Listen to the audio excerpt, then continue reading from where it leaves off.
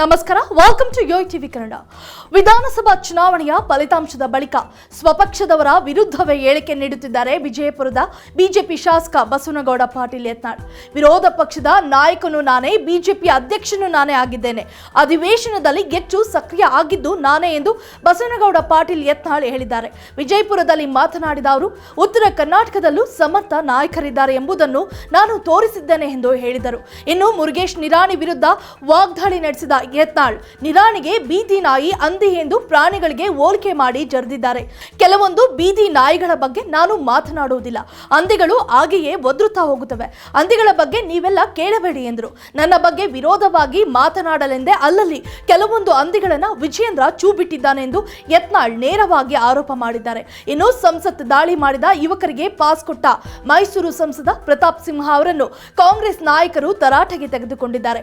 ಪ್ರತಾಪ್ ಸಿಂಹ ವಿರುದ್ಧ ಪ್ರತಿಭಟನೆಗಳು ನಡೆಯುತ್ತಿರುವ ವಿಚಾರ ಕೂಡ ಕೇಳಿ ಬರುತ್ತಿವೆ.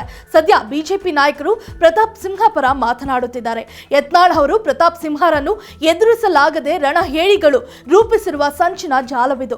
ಸಂಸತ್ ಪ್ರವೇಶಕ್ಕೆ ಅವರದೇ ಕ್ಷೇತ್ರದ ಮನುಷ್ಯ ಪಾಸ್ ಕೇಳಿದ್ದಕ್ಕೆ ಸಹಜವಾಗಿಯೇ ಸಿಂಹ ಶಿಫಾರಸು ಮಾಡಿದ್ದಾರೆ.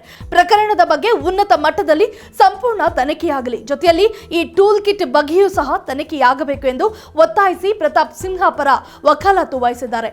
ಇನ್ನು ಹೊನ್ನಾಳಿಯ ಮಾಜಿ ಶಾಸಕ ಯತ್ನಾಳ್ ಬಗ್ಗೆ ಮಾತನಾಡುವುದಕ್ಕೂ ಸಹ ಅಸಹ್ಯ ಎನಿಸುತ್ತದೆ.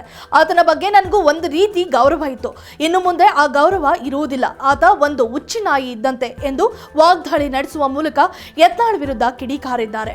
If you like this video, ಬೇಗ ಲೈಕ್ ಮಾಡಿ, ಕಾಮೆಂಟ್ ಮಾಡಿ, ಶೇರ್ ಮಾಡಿ ಹಾಗೂ ಯೋಯೋ ಟಿವಿ ಕನ್ನಡವನ್ನು ಸಬ್ಸ್ಕ್ರೈಬ್ ಮಾಡಿ.